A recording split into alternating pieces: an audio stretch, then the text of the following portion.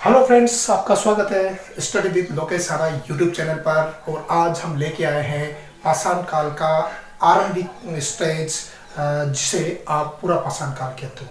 यहाँ पर अगर हम बात करें तो सीजे थॉमसन द्वारा जिस प्रकार पाषाण काल का विभाजन किया गया था उसके अनुसार पहला जो आपका पाषाण काल आता है वो पूरा पाषाण काल है। और इस पूरा पाषाण काल का जो समय काल माना जाता है 25 लाख ईसा पूर्व से लेकर आपके 10,000 ईसा पूर्व तक का जो समय है वो पूरा पाषाण काल के अंतर्गत आता है। यानी कि यह प्रागैतिहासिक के अलावा ऐतिहासिक कालखंड का सबसे लंबा या सबसे लंबी अवधि मानी जाती है। और इस पूरा पाषाण काल को भी आगे ये कहा जाता है कि उपकरणों की उपलब्धता या उपकरणों की साइज के अनुसार इस पाषाण काल को पूरा पाषाण काल को 3 भागों में डिवाइडेड किया गया। और ये जो 3 भाग है वो इस तरीके से, एक तो पूरा पाषाण काल, पूरा पाषाण काल उसके अंतर्गत आता है। और एक आता है मध्य पूरा पाषाण काल, और इसके बाद आता है उच्च पूरा पाषाण काल।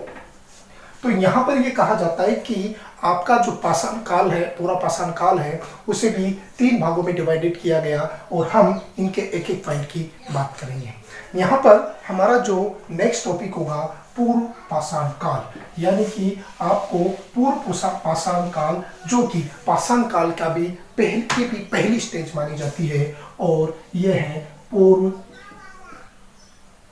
पाषाण काल। और इस पूर्व पाषाण काल के अंतर्गत अगर हम बात करें तो इस पूर्व पाषाण काल के अंतर्गत जो आपकी समयावधि है, यानी कि इसका जो टाइम पीरियड माना जाता है वो माना जाता है 25 लाख ईसा पूर्व से लेकर आपके 10 लाख ईसा पूर्व तक का जो समय है वह आपके पूरा पाषाण काल के अंतर्गत आता है। पूरा पाषाण काल के अंतर्गत आता है। यहाँ पर अगर हम इस पूरा पाषाण काल की बात करें, ये पहला स्टेज माना जाता है आपके पाषाण काल का। और इस की अगर हम बात करें तो इसमें प्रकृति यानी कि मानव या एटमॉस्फेयर जो किस प्रकार का था उस पर अगर बात की जाए तो इस काल में मानव कंदमूल पर डिपेंड हुआ करता था। यानी कि वह एक तो 2 काम करता था भोजन के लिए, यानी कि शाकाहारी और मांसाहारी से था। यहाँ पर यह कहा जाता है कि मानव की जो प्रवृत्ति थी वो क्या थी, शिकारी थी, और वह कंदमूल पर निर्भर मानव हुआ करता था। और उसके अलावा अगर हम यहाँ पर बात करें तो इस काल में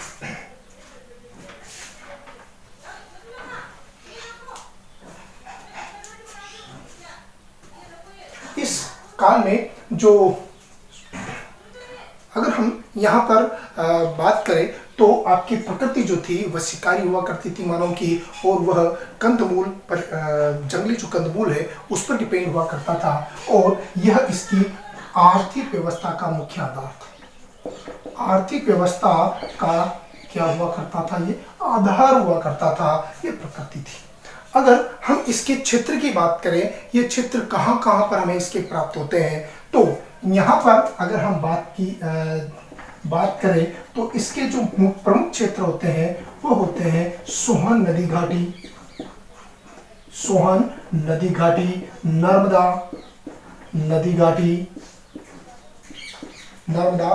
घाटी और बेलन नदी घाटी क्षेत्र।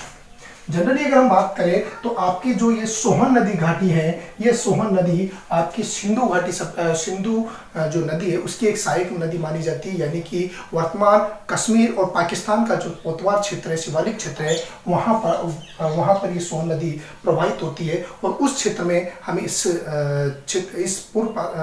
निम्न पूरा पाषाण काल के अवशेष प्राप्त होते हैं। नर्मदा नदी घाटी यानी कि जो वर्तमान मध्य प्रदेश वाला क्षेत्र है, वहां से भी हमें इस निम्न पूरा पाषाण काल के अवशेष प्राप्त होते हैं। और उसके अलावा आपके बेलन नदी घाटी जो यूपी के मिर्जापुर क्षेत्र में प्रवाहित होती है, और यहाँ से भी हमें इस निम्न पूरा पाषाण काल के अवशेष प्राप्त होते हैं।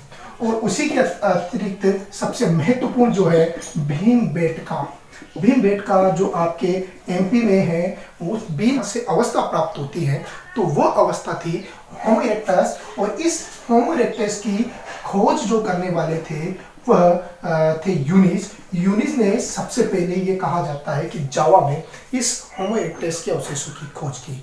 अगर हम इस पे अगर ज़्यादा डिटेल में जाने की बात करें तो इस होमो इरेक्टस का जो नामकरण जो किया था वह ब्यूटर जीनस ने द्वारा किया गया था। और इस तरीके से इसका नामकरण अलग अलग क्षेत्रों में अलग अलग होता है। अगर हम यहाँ पर इस होमो इरेक्टस को भारत में होमो इरेक्टस नर्वेदेंस कहा जाता है, जबकि आप इसे चीन के लिए पिकिंग मैन के संबोधित करते हो। तो ये मानवीय विकास की एक अच्छी सी चीज़ मानी जा सकती है। दो चीज़ें हमारे लिए बड़े महत्वपूर्ण हो सकती है, वह ये कि होमो इरेक्टस भारत में कौन सी अवस्था या कौन से काल के दौरान का प्रतिनिधित्व करता था। तो वो आपके पूरा पाषाण काल या फिर आप इसे निम्न पूरा पाषाण काल भी कह सकते हो। दूसरा, भारत में सोहन संस्कृति कौन से काल का प्रतिनिधित्व करती है, तो वह आपके आती है निम्न पूरा पाषाण काल यानी कि पूरा पाषाण काल के संदर्भ। ये जो उपकरण है वो उपकरण जो हमें प्राप्त होते हैं वो क्वार्ट्जाइट पत्थर के प्राप्त होते हैं।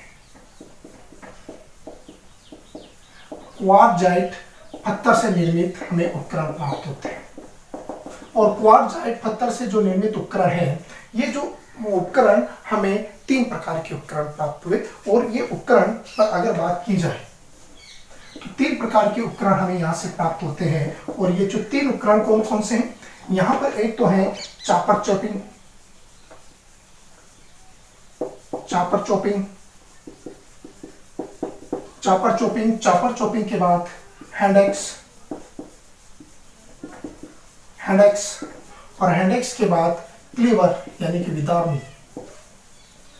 यहां पर अगर बात की जाए तो आपके 3 प्रकार के उपकरण जो आपके निम्न पूरा पाषाण काल का प्रतिनिधित्व करते हैं। और इस काल में क्वार्ट्जाइट पत्थर से बने हुए आपको उपकरण प्राप्त होते हैं। यहाँ पे क्वार्ट्जाइट पत्थर यानी कि आपके निम्न पूरा पाषाण काल में क्वार्ट्जाइट पत्थर से बने हुए उपकरण मिलते हैं।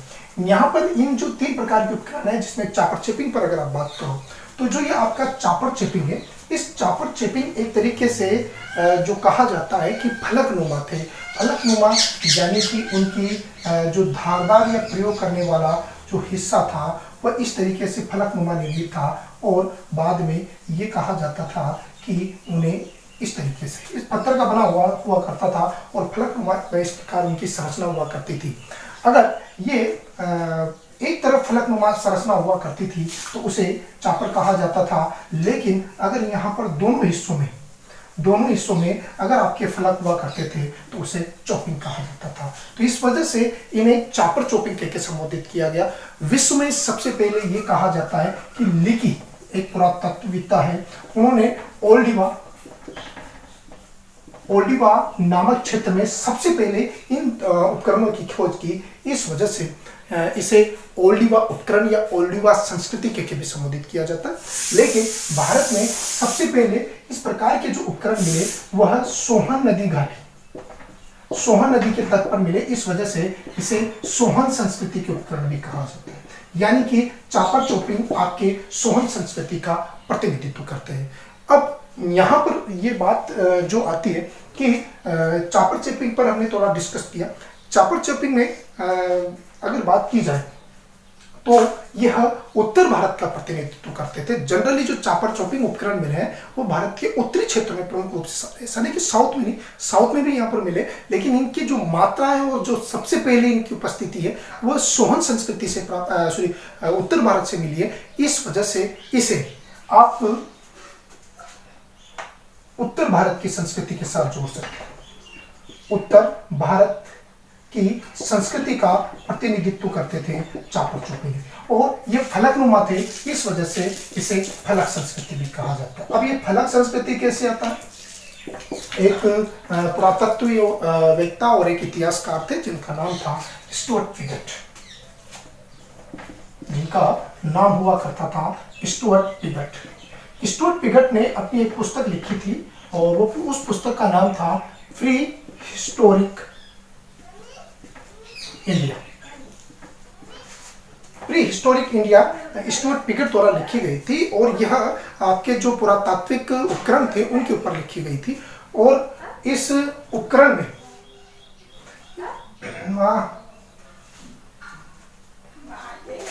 स्टुअर्ट पिगोट द्वारा एक पुस्तक लिखी गई थी और इस पुस्तक में उन्होंने एक बात बोली थी कि भारत में जो ये उपकरण है ये उत्तर और दक्षिण भारत में भिन्न भिन्न है।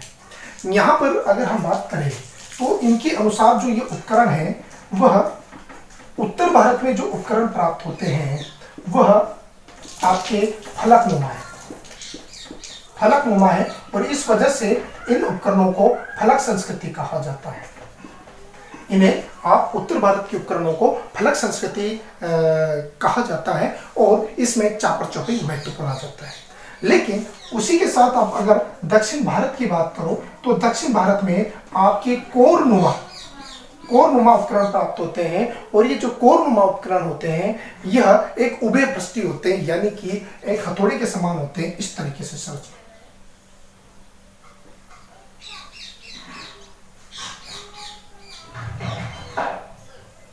इस तरीके की संरचना के अनुसार होते हैं। एक तरीके पत्थर का बना हुआ हथौड़ा होता है। तो इस वजह से ये कोरनुमा होने की वजह से इसे कोर संस्कृति के संबोधित किया, किसके द्वारा? स्टुअर्ट पिगोट द्वारा। तो इस तरीके से स्टुअर्ट पिगोट का ये विभाजन माना जाता है।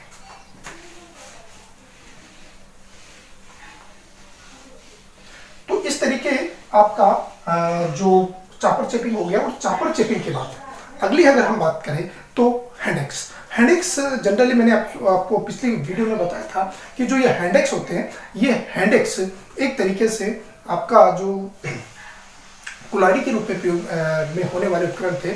और सबसे पहले रॉबर्ट ब्रोसफुट ने जो मद्रास के पल्लवरम नामक स्थान से जो उपकरण प्राप्त किया वह हैंडेक्स ही था। और इस प्रकार के हैंडेक्स ये कहा जाता है कि आपके दक्षिण भारत में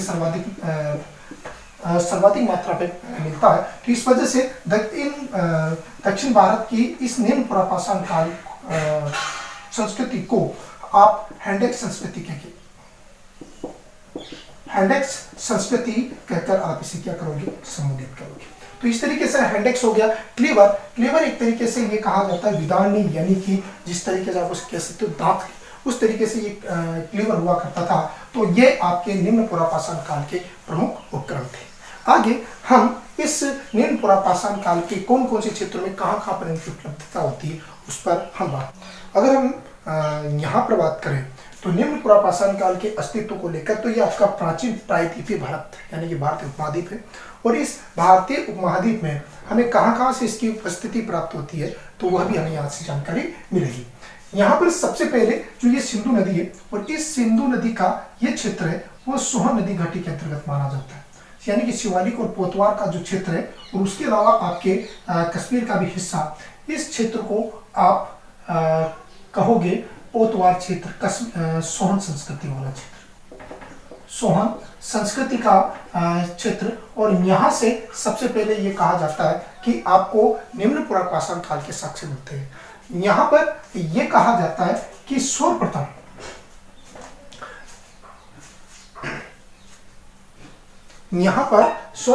ये कहा जाता है कि एच.टी.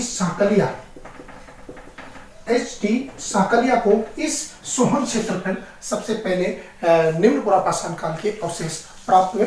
और यहाँ से जब जैसे अवशेष प्राप्त होते हैं तो उसके बाद इनकी उत्तर से लेकर ये साउथ इंडिया तक चले जाएंगे।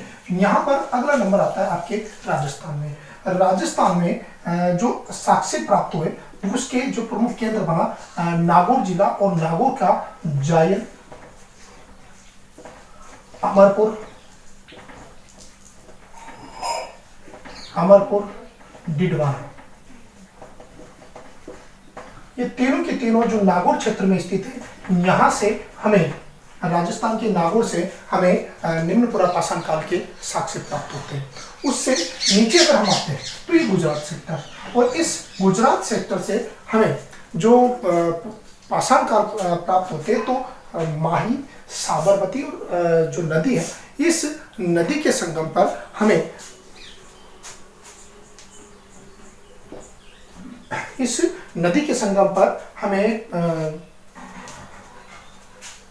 निम्न पुरापाषाण काल यानी कि साबरमती और माही नदी के तट पर हमें यहाँ पर प्राप्त होते हैं। उसी के साथ हमें सौराष्ट्र क्षेत्र, सौराष्ट्र क्षेत्र के सौराष्ट्र की जो भद्र नदी है, इस भद्र नदी पर भी हमें इसके साक्ष्य प्राप्त हुए। तो इस तरीके से हमें राजस्थान और गुजरात से और उसके अलावा जो सोन नदी घाटी क्षेत्र है वहां से निम्न पुरापाषाण काल के साक्ष्य प्राप्त हुए। और आगे अगर हम चलते हैं तो आपका जो एमपी वाला हिस्सा है, एमपी आपके 3 केंद्र बनेंगे एमपी के। एमपी पर अगर बात की जाए तो एमपी पर आपके नर्मदा नदी यानी कि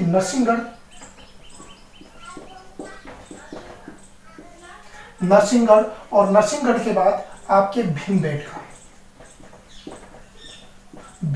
जो की गुफाएं, भीमबेटका गुफा की सबसे पहले खोज वीएस वाकणकर ने की थी और बाद में इसे ये कहा जाता है कि इसकी 8 परतों का उत्खनन किया गया है। भीमबेटका वर्तमान में यूनेस्को की विश्व धरोहर सूची में सम्मिलित है और इस भीमबेटका से भी हमें निम्न पुरापाषाण काल के साक्ष्य प्राप्त होते हैं। तो आपके मध्य प्रदेश में नरसिंहगढ़ और भीमबेटका से हमें निम्न पुरापाषाण काल के साक्ष्य प्राप्त होते हैं। उसके बाद अगर हम यूपी की बात करें तो यूपी से हमें जो साक्ष्य प्राप्त हो रहा है वो जो प्रमुख रूप से वो बेलन नदी घाटी और इसमें जो ये पड़ता है आपके यूपी के मिर्जापुर डिस्ट्रिक्ट में, वहां से हमें निम्न पुरापाषाण काल के साक्ष्य प्राप्त हुए।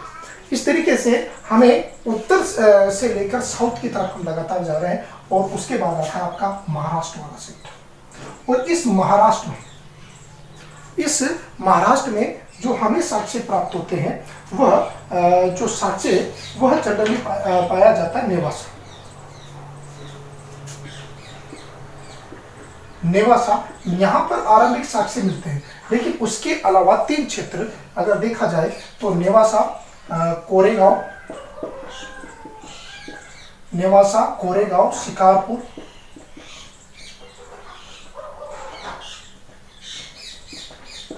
यहां से हमें पाषाणकालीन बस्तियों के साक्ष्य प्राप्त होते हैं। तो महाराष्ट्र क्षेत्र और महाराष्ट्र के बाद ये जो आपका तमिलनाडु क्षेत्र है और तमिलनाडु में हमें तमिलनाडु का जो कार्तिलीय नदी है वहां के जो पल्लवरम, वद